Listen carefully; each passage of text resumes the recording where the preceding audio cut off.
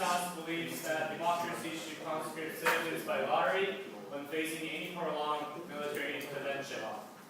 Now, I'd like to call upon the 5 minutes to deliver their first constructive speech within 7 minutes. You're here.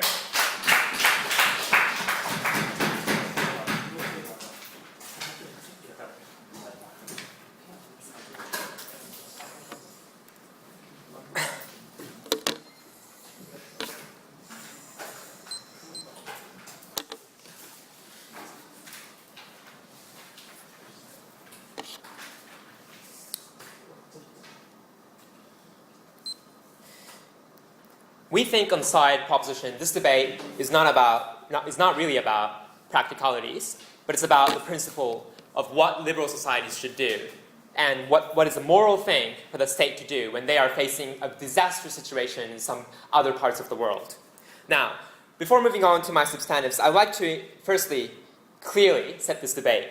So, any democracies, Mr. Speaker, when they are fighting a war in somewhere else, and when they are facing a prolonged war, then they would, as the motion says, we would conscript citizens by lottery. And there are basically 3 parts to our model. Firstly, in terms of time, we're not going to clearly set, like 9 months or 2 years as a definition of prolonged war, because we accept that definition of prolonged war varies from war to war. But we think that these Department of Defense right now are already making a decision of whether or not this war has prolonged the initial plan or not. And when these departments decide that this war has prolonged, then governments would conscript. Secondly, we're going to conscript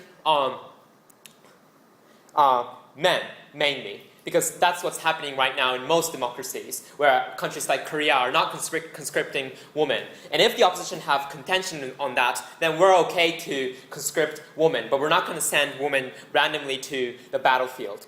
And thirdly, we're going to conscript citizens over the age of consent, because we accept that liberal societies cannot tolerate child soldier. So we're going to conscript citizens over the age of 18, 20, etc. And also, there probably might be an age limit, maximum age limit, because we accept that we shouldn't force elderly people to fight in Afghanistan and be killed by Taliban. So maybe retirement age is appropriate number. Now, based on that definition, Mr. Speaker, we're going to bring you 3 things from first prop. Firstly, I'll talk about why fighting becomes an obligation when entire society is facing a prolonged war. So I'm going to talk about nature of obligation. Secondly, why lottery? And thirdly, how this policy would surely prevent unnecessary intervention and also unnecessary prolonged war, just like we have seen in Vietnam or just like we are currently seeing in Afghanistan. So, firstly, about obligation. Now, the premise of this debate, ladies and gentlemen, is that this whole concept of social contract, where individuals give up part of their autonomy and choice in order to maximize their choice in the future, such as safety. That's why individuals abide the law, even if it restricts their right, in order to prevent crimes in society, or people pay tax, even if it hurts them, even if that money is really necessary for them. The second premise of this debate is that the nature of obligation constantly changes accordingly to what society faces. When society is facing a deficit, Mr. Speaker, that means it is more likely that your tax rate goes up. People have to pay more because the entire society demands more. So the nature of obligation changes as well. Now, having cleared that premises out, I have 3 reasons why when countries like US, when they are facing a prolonged war, fighting is obligation. Firstly, simply because that war becomes the #1 priority in the agenda.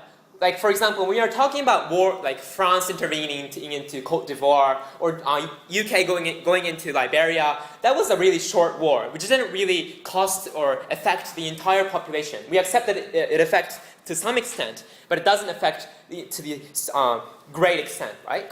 But when we are talking about wars like Vietnam War, or war in Afghanistan, that means that the entire society is affected. This is the second logic, where, for example, practically, people's money is being used up by that war. So everyone in society have interest in that war. Even children are affected by that war. Not only because parents' money are taken, but because states are more likely to increase tax in the future, etc. So everyone in the society have interest. That's the key logic in this debate.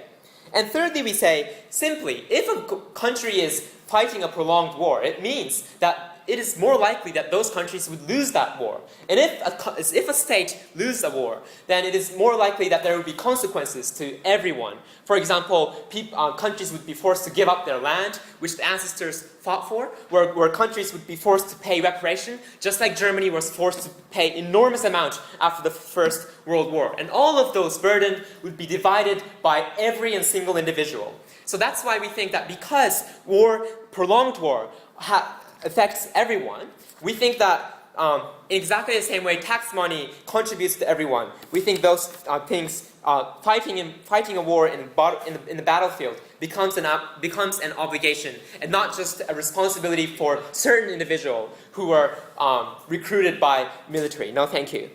Second point, the question you might be asking is, well, why lottery? And simply because we think that conscription by lottery is more fair. Because we accept that when countries conscript citizens, they are more likely to set age limit based on ages varying from 20 to 30, and not many people who are over 40 or 50 take responsibility at all. No, thank you. And because states don't need everyone to be fighting in that war, states have to concentrate on some specific types of people, and we think that's wrong, because as I have told you in my first point, we are talking about total war, where everyone is affected. But third practical benefit we're going to bring you from first prop is that this policy prevents unnecessary intervention. Because Mr. Speaker, even if there are some check and balance mechanism, public are easily swayed by the words of politicians. If the United States say that Iraq has weapons of mass destruction, people did support that war, and the US did go into that war and fought in Iraq for more than 5 years. When the US is currently fighting a war in Afghanistan as well. And also, secondly, it prevents unnecessary prolonged war as well. Like, even if that war was initially necessary, in many cases, states stay longer than they have expected because they want oil in those battlefields. They want to deter some other countries from influencing countries like China, for example. So because people don't want to be conscripted, they are more likely to oppose the war which is prolonged, and therefore this policy saves more lives because we can prevent situations like Somalia, we can prevent situations like Afghanistan as well. For all these reasons, we propose. Thanks. Thank you, Prime Minister. We call upon the Leader of the Opposition to come your case to the list of the audience. Here.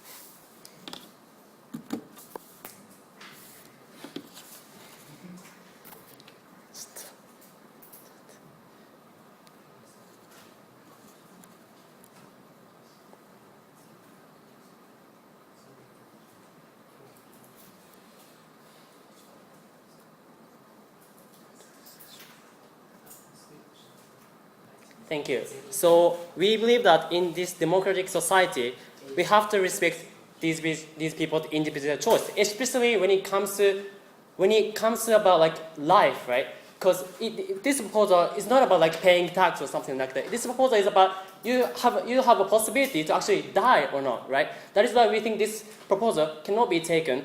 So, and also, this proposal is not going to be workable to actually fasten the war. It's actually just increase the victims, and it's not going to be workable. So that is why we are very proud to oppose this motion today. So based on this stance, I'll talk about two things in my speech. First of all, how these choices are important, and also like how these citizens will get mental harm or physical harm after taking because of this. And second of all, I'll talk about how this proposal is not workable to solve the problem of the a war problem, and that is what I'm going to talk about. But before that, I'll refute the previous speaker. So I really understand their arguments, right? How we have the justification, etc. And he gave us an example of paying tax, but we don't think paying tax and conscripted in a war is totally different, right? Because paying tax is not. It's like you just increase paid money, and it's probably harmful on your life, but it's not about you die or live, right? This proposal is that you have actually a possibility to actually die or no thank you. So that is why we think the example is very kind of short things, and we think that this proposal is actually more burden than they think. No thank you. And second of all, he was talking about how this proposal can stop the unnecessary war, right? We really didn't understand the reasoning, but we think actually it's counterproductive, right? Because as one country increase the number of the soldiers, actually our country would also increase the number of the soldiers, right? Meaning that there will be just equal power will be continued even this proposal after taking the proposal. So actually, the war it will actually keep, and it just increase the victim. No, thank you. So that is why we cannot stop this unnecessary war, and that is why their argument doesn't stand. So let me move on to my argument. First of all, how choices are important, and how these people get harm, mental harm and stuff. So Sorry. no, thank you. So they're not consented, right? Actually, and because even though they don't get consented, their life is kind of in danger, right? By lottery. We think this is a problem. First of all, mental harm, because they're scared, right, to be conscripted, because nobody wants to be in the risk of death, right? So that is why but they're conscripted, right? So what happens is that they will have so much stress with possibility of die, right? If I get conscripted, I would possibly die. I have more possibility to die in a war, or even they're alive, their friends or their colleagues will die, right? So they will have more possibility to get will get more possibility to get PTSD, right? Trauma things, and that is happening in the Iraq war, right? In America, a lot of trained citizens get PTSD in Iraq war, right? We don't think if they are not trained, we think they have more possibility to get this kind of stress, it's harmful because it affects their entire life, right? After they go to war. Yes. Even if people get killed, even if people have PTSD, countries like Korea or Israel always conscript citizens because they are constantly facing conflicts. Okay. How is this So different? what I was talking about is that difference between trained citizen and not trained citizen, right? In America, trained citizens get PTSD. It is just not trained ordinary citizens will have to go to war, right? We think this is very problematic because these people have way more possibility to get these kinds of trauma. This affects their entire life or entire their family, right? So or they have more possibility to die, right? So even though they don't have consent, they are forced to go to conscripted, right? In this democracy, if you have if you want to get a risk of death, or if you are in risk of death, you always have consent, right? If you play boxing or if you work in a coal miner, you always have consent. But this proposal is not. So body autonomy doesn't work, and also this is problematic because they're not ready, right? They're not ready to fight, or their family will be so mad, right? The family think that their son is going to be die because of the lottery. They're going to, my son will die or something like that. We think the family will get so much mad after taking this proposal, and that is why we think that this choice is important and how citizens will get so much mental harm and stuff later, please.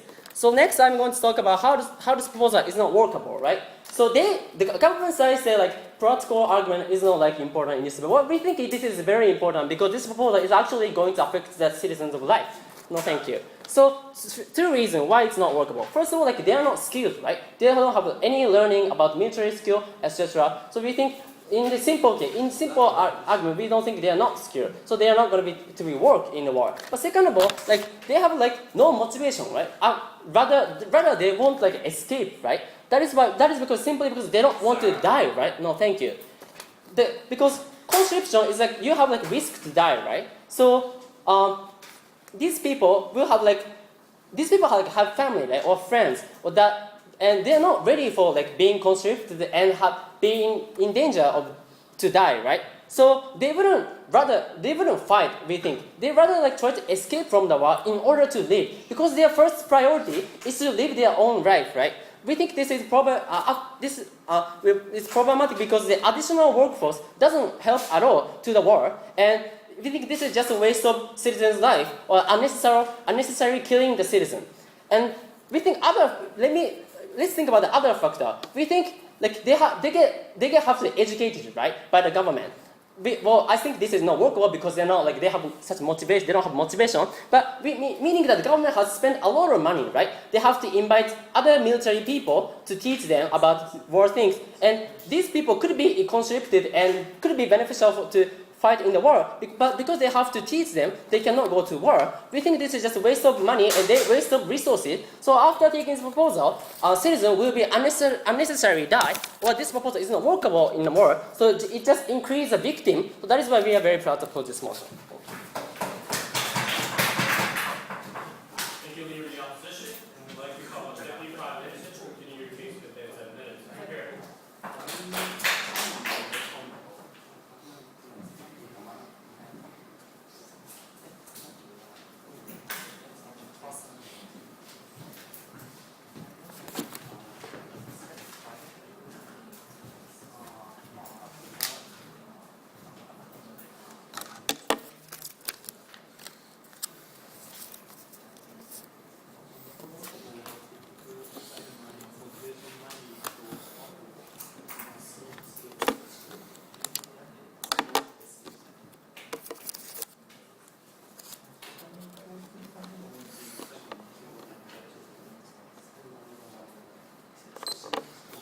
Thank you, ladies and gentlemen.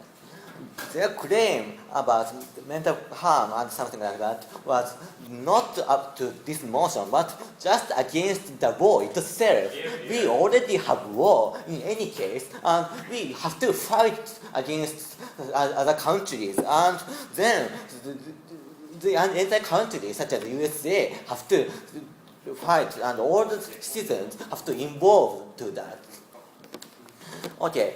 To rebuttal to the previous speaker, where they said about in their first point,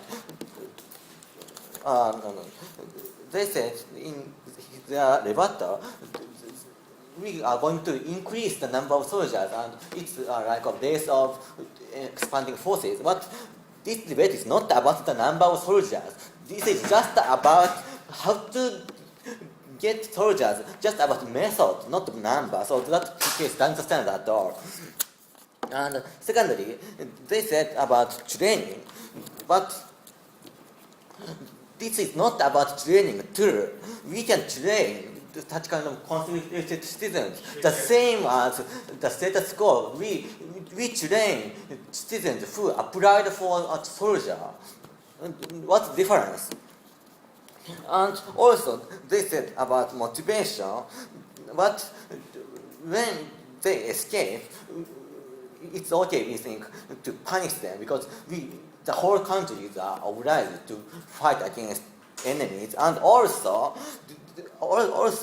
even in the status quo, motivation of soldiers are not so high, because they are obliged to be a soldier because they are poor, because they do not have other jobs because of that current economic conditions and so on. So why they are so motivated if they reluctantly choose to be a soldier? I have two points to talk about. Okay.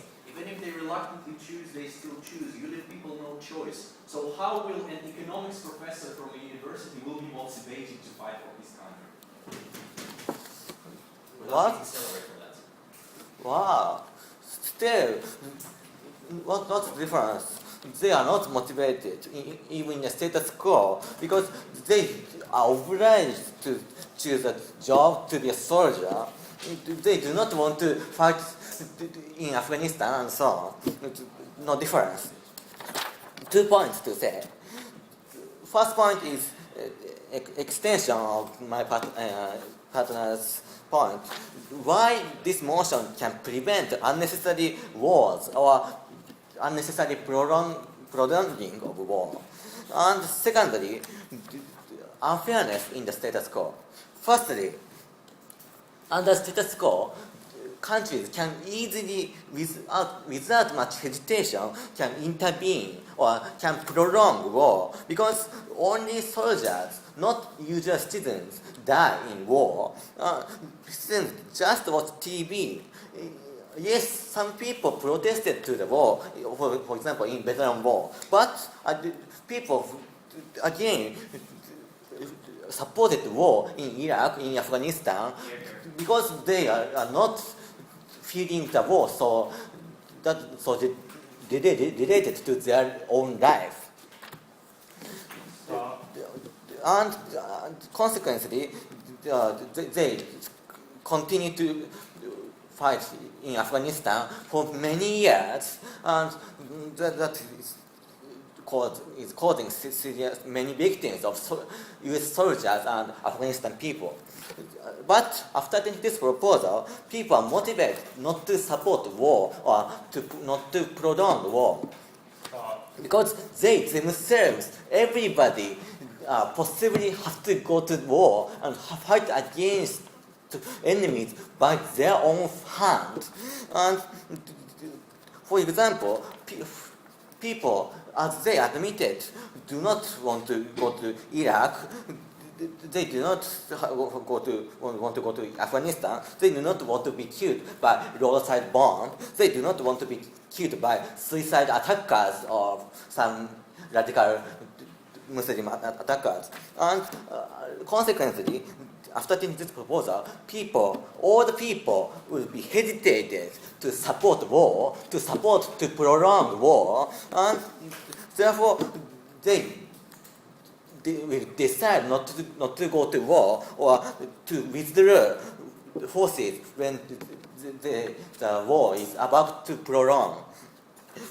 This point is really important because this is quite beneficial for the world peace, for the citizen in countries that intervene war, and also in countries that is intervened. Second point, how the status quo is unfair. As I said a bit, under status quo, some people are obliged to go to a war because they are poor, they do not have another job. For example, under status quo in the United States, many people, unusually many soldiers are consisted by black people because unfortunately there are still some discriminations in the United States and they have disadvantage in choosing jobs, and they are obliged to go to force, and consequently they have to go to Afghanistan and they die. Many black soldiers die. And at the same time, white people, rich white people are just watching TV. Oh, many people die. But at that time, black people are in Afghanistan having guns, fearing Muslim attackers. This is quite unfair, we believe. And after this proposal, we can solve this unfairness problem. And black people do not want to have too much burden. Everybody have fair burden, and we think it's really good for everybody. And therefore, we are very proud to propose this motion. Thank you.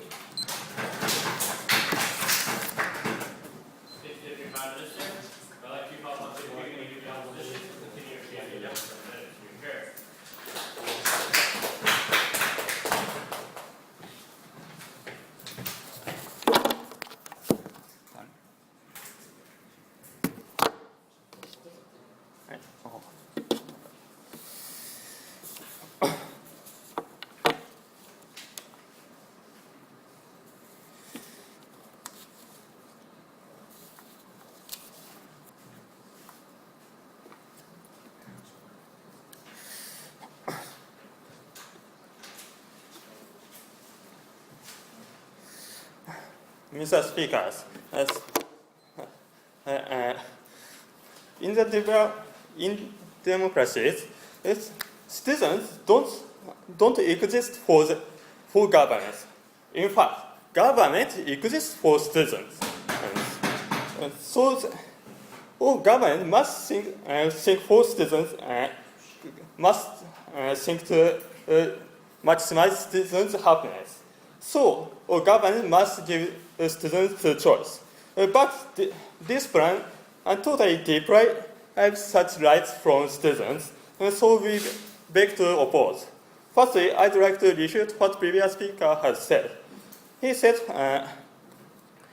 firstly, he said that in his reconstructions, under the status quo, citizens don't hesitate to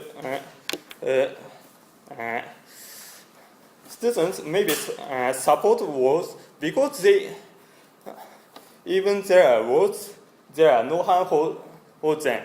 But it's totally not true. Because as Prime Minister says that if the war happens, and there are many severe situations and everyone gets harmed, like heavy military harm and so on. Even if such citizens don't become soldiers, there are big harms. So even under the status quo, citizens don't want to hold wars. So his argument doesn't stand no sense. And secondly, he said in his new argument, by this plan, the unfair between poors or blacks and riches or whites solved. But it's not important because after plan, surely the unfair is solved. But Mr. Speaker, after plans, no one becomes happy. Rather, just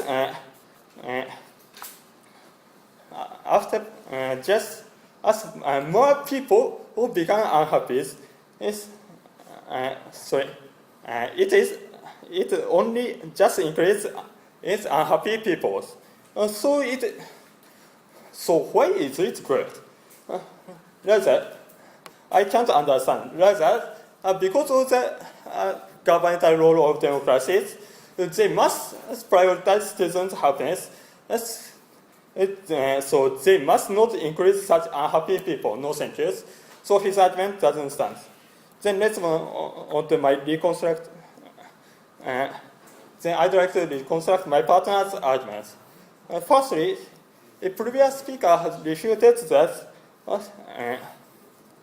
Firstly, about the motivation of citizens. Firstly, he said that if such citizens escape from the armies, we should make punish for them. But it's not workable because even if they get punished, it is lighter things than death in the war field. So they prioritize to escape. And secondly, even under the status quo, most soldiers don't have motivation because they are poor and they must do it. But Mr. Speakers, such people who have no choice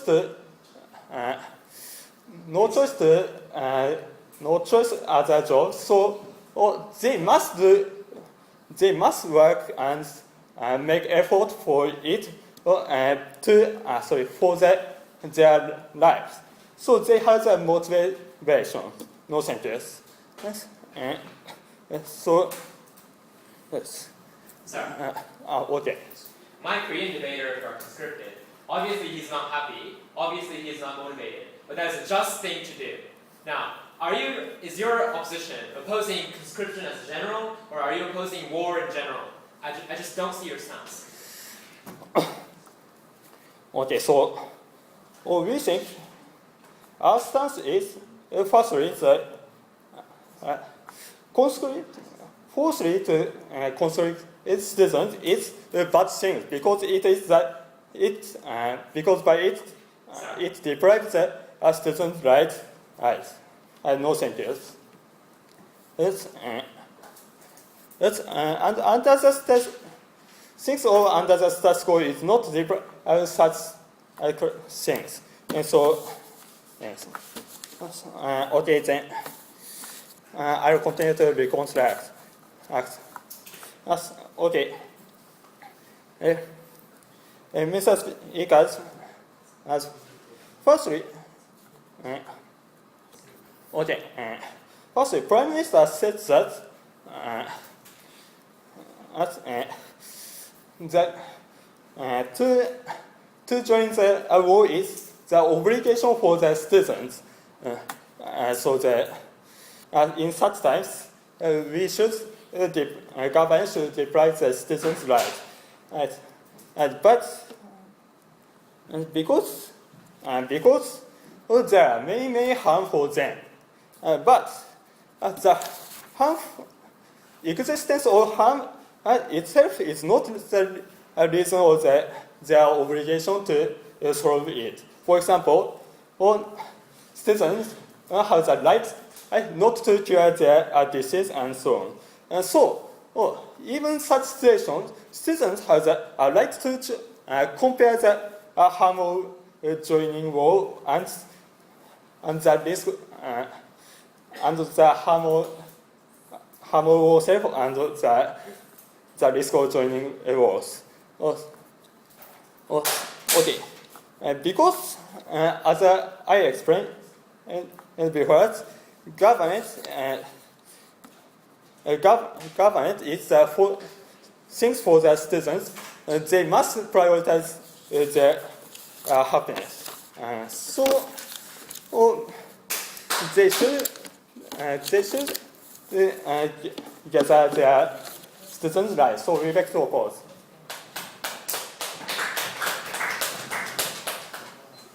Thank you, Deputy Leader of the Opposition. I'd like to call on members of the government to open up your case within some minutes. You're here.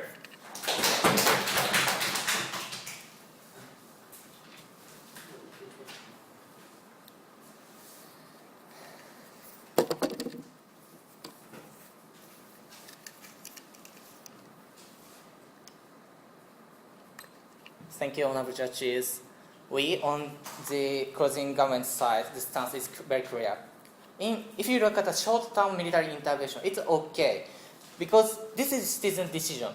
This is by citizens decide correctly such military intervention. But if you look at a prolonged military intervention, this just because of civilian control and so forth, citizens cannot decide correctly. This is a problem we recognize, and yeah, that's why we are very proud to propose this motion.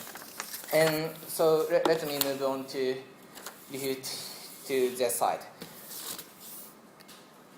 All right, no, thank you. Whole opposite side argument is as follows.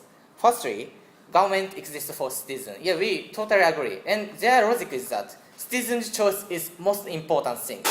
But we believe this under status quo, citizens cannot choose by their will. This is a problem. That's why their philosophical, in terms of philosophical, their argument doesn't stand. Because honorable opening side clearly explained. Firstly, like black people or the poor people, employment people, like forced to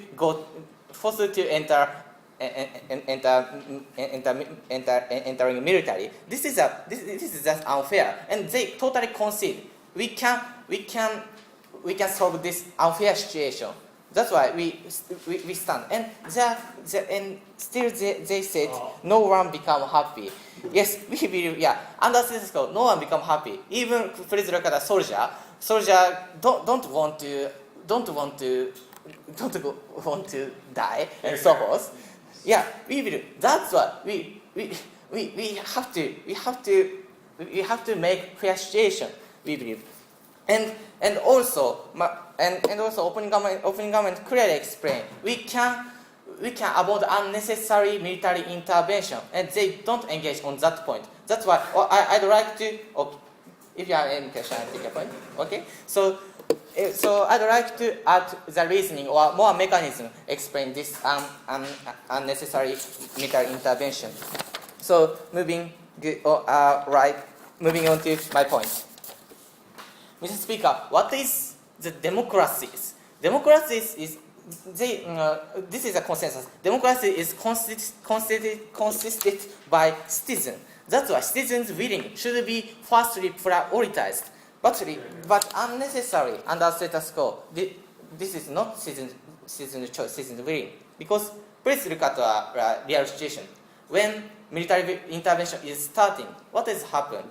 Yeah, maybe it's in Congress or in Parliament. There's two parties, right? Well, one party is we want to start military intervention, and another side we don't want to do military intervention. And this such politician is elected by citizens' willing in election. That's why this is even if we decide once we decide we start military intervention. This is just citizen willing. But if you look at the prolonged military intervention, what is happen?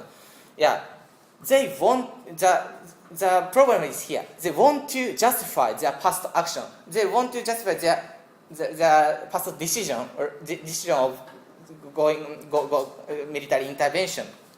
Please look at the Iraq case. United States right, or there's nuclear, but they know, but still they hide this situation.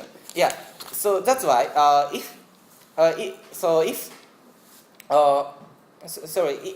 if they recognize their past action is wrong, still they want to hide. No, thank you. So if there is something wrong, like civilian control will be starting. Like for example, in such like in workplace, soldier abuse innocent people, or like grotesque scene is there. Government prohibit any media from broadcasting and so forth. That's why citizens cannot get enough information, cannot know real situation. Citizens cannot decide properly. This is the problem. Okay. If you are watching, if citizens don't know such legal situation, we should, because of this, citizens cannot all the choice rationally. We should teach give such citizens such information. Mr. Speaker, we believe under status of such action, government cannot do such action. This is a problem. That's why this is the only way to solve this problem, to tackle this problem. No, thank you. But after taking this plan, the uniqueness of Rotary is fair. The fairness, regardless of rich or white or black or the poor, any citizen have a responsibility to go there. That's why citizen experience real situation. Or some of them, maybe some of them die. But by using that's why after they come back to the country, they can tell another citizen how serious real situation are, or like using Facebook or using Twitter. The citizen who elected by Rotary can deliver real situation. That citizen can get enough information and can decide correctly, and that's why that's unnecessary or not unnecessary military intervention disappear. That's why this motion is very good, which is we are more than happy to stand on the proposal side of this debate. Thank you. Thank you, Member of the Opposition. I'd like to call Member of the Opposition.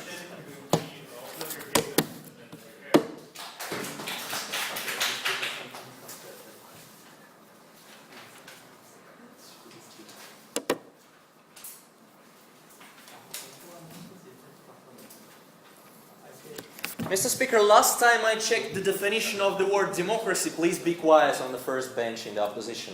Last time I checked the meaning of the word democracy in the dictionary, I found out that it's a country where media have complete access to all governmental information. Well, when governments and where government is responsible towards its citizens in any aspect, especially in such important matters as war. And the very fact that the speaker from the government bench knows that US lied to its citizens about Iraq means that citizens know the truth, and citizens have the means to know the truth, and that their stupid plan simply will not work and should not be implemented. Now, Mr. Speaker, let's introduce state slavery in Japan. You know why? For the sake of fairness, so that everybody does their fair share to deliver country from its financial crisis or whatever else. Mr. Speaker, we want the government to return to practicalities, to show us how their plan will bring practical help to this country and will help it win this war that it spends so much money and so many human lives on, Mr. Speaker. We're all in favor of practicalities on the opposition bench. Now, what we are going to be talking today about, first, I'll deal with the refutation,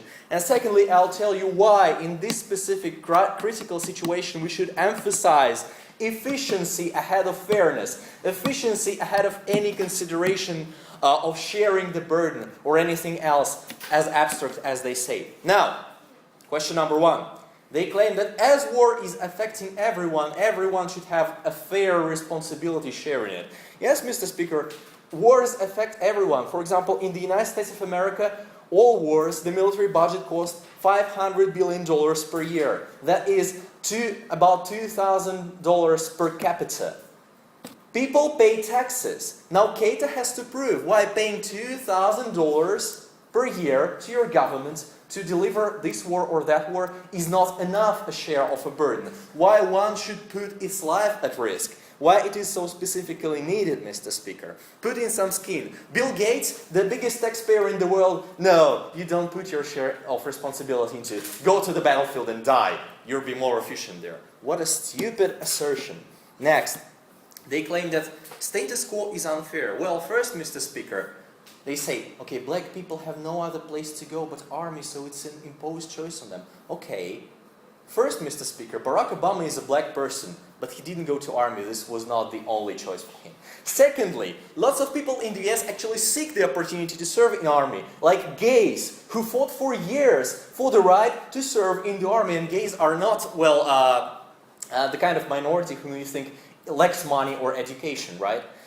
Thirdly, Mr. Speaker, it pays off. Army offers huge payments, huge salaries. It offers career opportunities for those people. But they can also choose civilian careers, Mr. Speaker. Not everyone tries to get conscripted in the army in the US right now. So what's the problem? If you want to go clean the streets, go clean the streets if you don't want to lose your life. So they say the choice is limited for many people right now. But what they do, they limit it even more.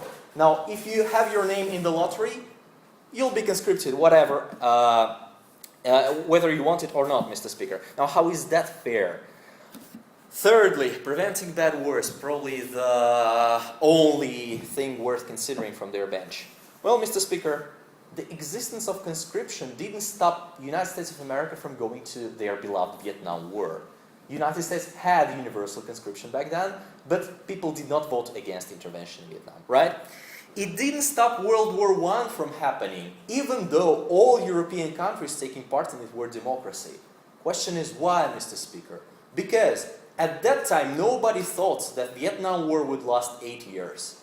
When people voted, nobody thought that World War I will last 4 years. When people voted for Iraq War, they never in their wildest dreams even could imagine that it will last 10 years, a war against such a small country, with us being the most powerful country in the world, America, Mr. Speaker. So it will not act as a deterrent for those kinds of wars, Mr. Speaker.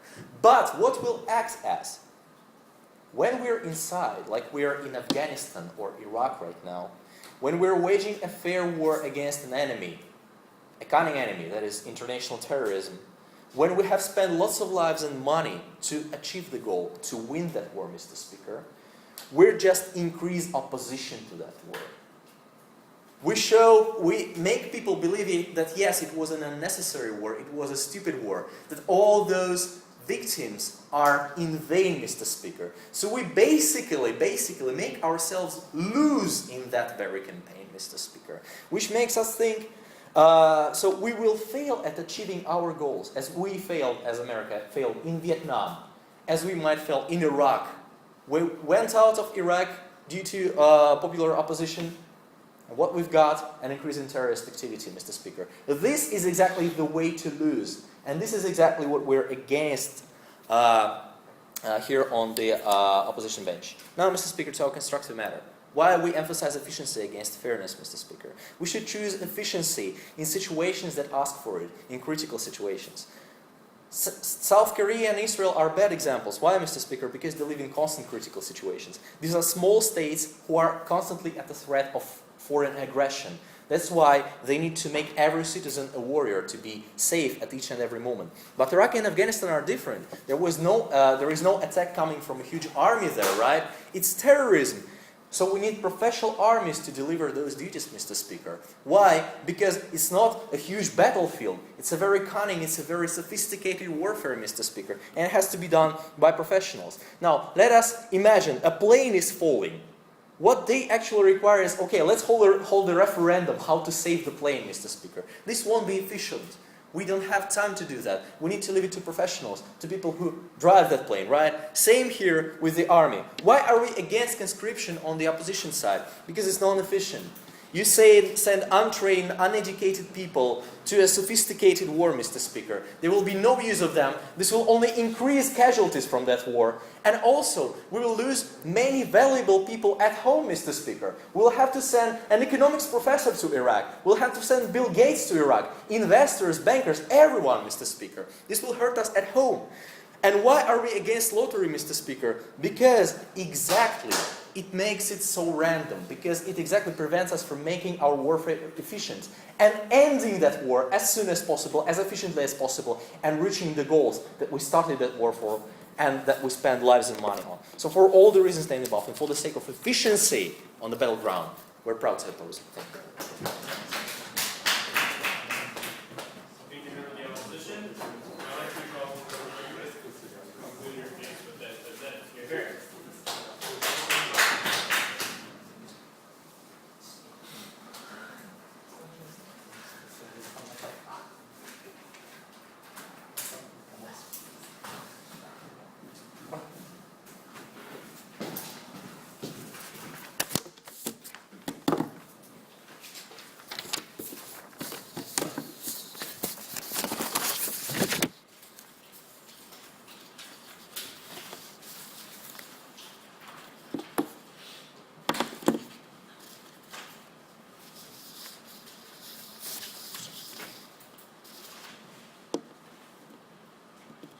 Thank you, Mr. Speaker. Hello, ladies and gentlemen. Fortunately, we know the news what happened in the war. But actually, it is very too late to judge next government or next election, we believe. Because actually government control during the war or during the intervention, we believe. That's why actually during the intervention we need to inform all of the information for the citizens. That's why actually the emergency that providing the information is necessary. That's why we propose the motion.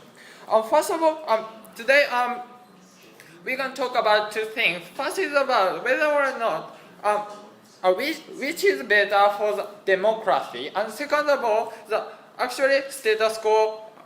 We face a fair or unfair, and this is the two crashes. Then I want to explain the first crashes. First is about that my partner already clearly told you that. No thanks. For the democracy, the providing the information is so important. Actually, especially about the military or intervention. Because actually the intervention relates to the life or so forth. That's why everyone should share these kind of things. Furthermore, today's closing opposition talked about already we know these kind of things, and media actually deliver things or so forth. No thanks. However, actually, as I said before, it is too late. Or furthermore, actually my partner already explain actually grotesque thing cannot provide in the media, or furthermore, we have less the possibility about the real situation or so forth. Even if some people have the experience, however, actually these people are limited the status of people we believe. That's why actually it is not reflects all kind of the status of people we believe. My partner already analyzed democracy. Democracy should be reflected and respected all kinds of the status of people we believe. That's why the providing these kind of the things and get the real experience is so important for the democracy. No thanks. That's why for the democracy it is so important. Furthermore, we believe that in order to reflect the citizens' will, actually the two kind of the things is necessary. Furthermore, first is about the lottery. Lottery means actually random. Random means that we can all kind of the status people can check the past action or during the intervention, what happened, what kind of the bad action happened in the real situation or so forth. All kind of the status people can check these kind of the things. Second of all, no thanks. The concern in the democracies countries will increase after taking this proposal, because the lottery means that actually random and everyone gets the possibility to be elected and conscripted after taking this proposal. That's why the family members, all kind of the family members concerned when my son or brother will be conscripted or not. That's why actually after taking this proposal, actually the concerns or checking system will be enhanced after taking this proposal. From two reasons, actually for the democracy, actually our side is superior to the opposition bench. Yes. Sir, so you have well-equipped modern media working there, and it's not enough. Now, a bunch of random people sent to battlefield will suddenly increase public awareness about that battle. So you think that lives of innocent citizens are less important than some vague public concern? No, we don't think. Actually, this issue should be shared by all of the people, because actually only one specific the status people should not be victimized by the intervention. Everyone concerned this action. That's why actually everyone's life is so fair or should be treated fair. Then I want to explain second crashes. Under the status quo, really unfair or fair. Today, opposition side mainly talked about the status quo is so enough or fair or so forth. However, we don't think so, because first of all, today's opening opposition talked about the logic is that actually no one can be happy after taking this proposal. That's why status quo is so enough. However, actually is so fair, happy or so forth. Because actually we should just share the risk all over the people, because sharing the risk is so important. Because first of all, if no one can engage the military, everyone faces the very dangerous risk, we believe. For example, because already the countries invade the opposite terrorist countries or so forth. That's why the opposite people already have the antipathy. That's why they have the already incentive to revenge attack to the origin countries or so forth. That's why someone should protect this kind of the attacking. That's why everyone should share the risk or so forth. And second of all, everyone has a fair right, because no one can elect where is born or so forth. That's why actually everyone has a fair right, or we should treat the fairly after taking this proposal.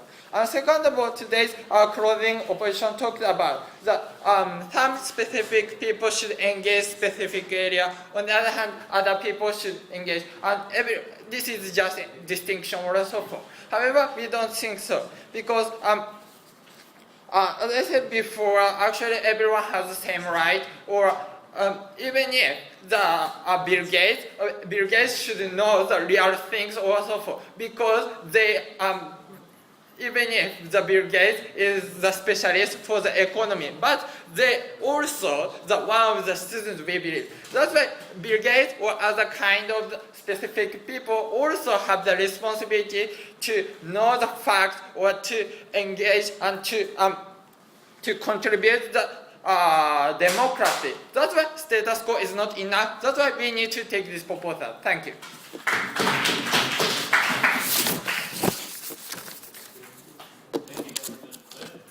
I'd like to call for opposition to conclude today's testimony. Citizens and speaker.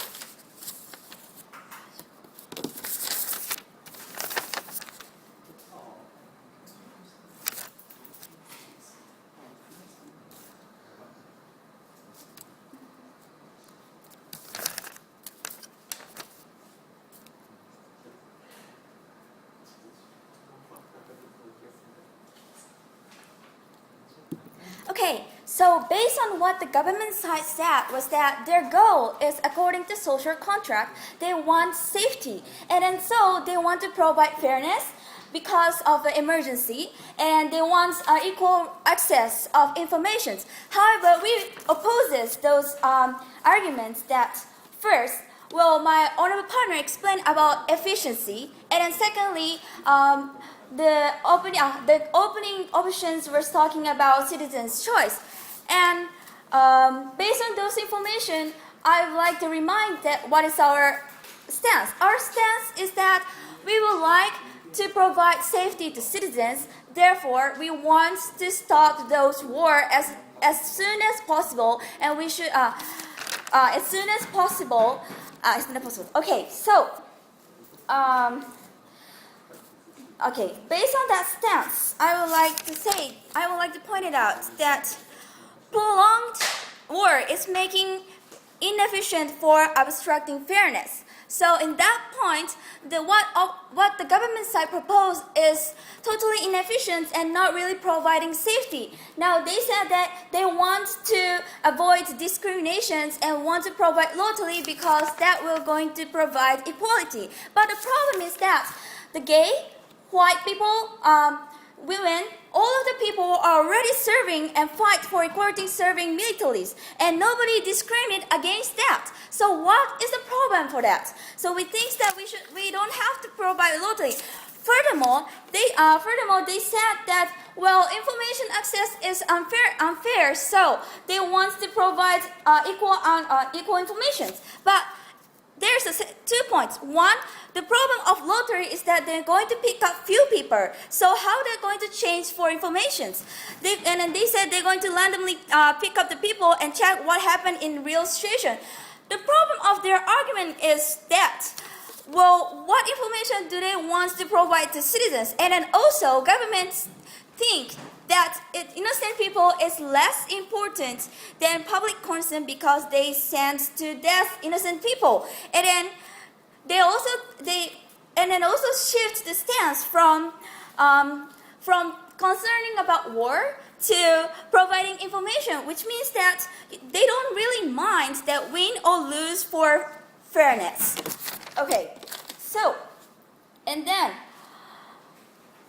we have to point it out that we are in emergency situation, right? We have a prolonged war, prolonged military interventions, but we also want to provide safety to citizens. So, what is the better solutions? We think not lottery, but we think that providing efficiency is more important. So we should not provide lottery. Why? Why we can provide efficiency? Well, my honorable partner explained that how efficiency will work. Well, okay, I'll take that. U.S. is not winning a war in Afghanistan without lottery, without conscription. So your policy doesn't really solve the problem, even if we keep the status quo. Isn't it more wise for us to give additional incentive to the public to withdraw from war Okay. as quickly as possible. You want as quickly as possible, right? But we think that lottery is not really as quickly as possible solutions. Why?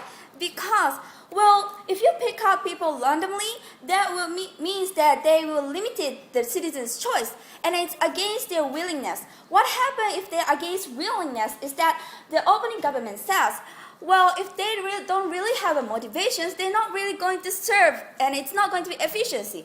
Well, the government says that we can train. However, if they don't really have a motivations, then they're not going to involve to the trainings a lot. So that's going to be more inefficient. Furthermore, my honorable partner explained that professional is more better. Now, Afghanistan war, USA intervened to some military interventions, but it was more, it was efficient. We believe that it will be efficient more than locally. Why? Because by the end, we finish it. So that means that we can stop it. And then, if we pick up locally, then people not have a motivations. So that will be more. Then we're not going to be involved more to the. They were not going to be involved to fighting, and then also, it's inefficient for our it's locally is all providing inefficiency, and this is because, well, first they're going to limit choices, and then secondly, if we ignore the willingness of citizens, then they will going to be against government or against military systems. So what happens is that they're not going to provide their they are not going to contribute for military and try to stop or finish the military intervention as quick as possible. So what happened is that we think that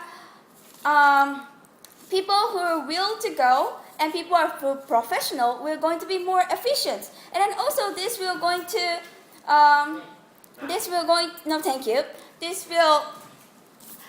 respect citizens' choice too. And okay, I forgot to say something. Yes, and then also I would like to say about democracy point. Well, government and opposition sides all have agreements that what is democracy is reflected all kind of citizens, and then also my owner partner added they have to access equally to the information. So according to that stance, the governments have to reflect all kind of citizens, right? If they're against that and going to have a lottery system, they will going to be it's not going to be democracy. And then what happened to citizens' mind is that that's not democracy. So they're going to against it. If they're against it, they will going to be more inefficient. And then moreover, according to the clothing government says, people have Facebook and Twitter. Well, if people have Facebook and Twitter, what happens is that if they have a lottery system and they're going to against it, they're going to be mad and they're going to inform more information about against war. That's going to be inefficient for government because they can't stop military interventions because of the inefficiency in the system of military by the lottery citizens. So we're proud that we can oppose these motions. And thank you very much.